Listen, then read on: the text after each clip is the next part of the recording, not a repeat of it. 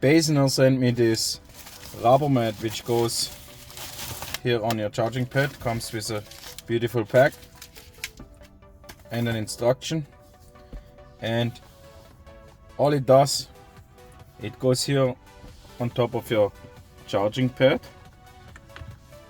So why is that a cool gadget? Because now it makes your charging pad way easier to clean.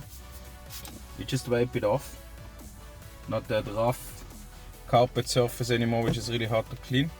Second is, it still charges the phone, both charging ports, same as before, and it is anti-slip, so it doesn't slip. It's, I would say, much better than the OEM, and there's no really installation, you just lay it in there. And yeah, I would highly recommend that product. It's really cool, and it gives it a little bit a nicer look than the original one.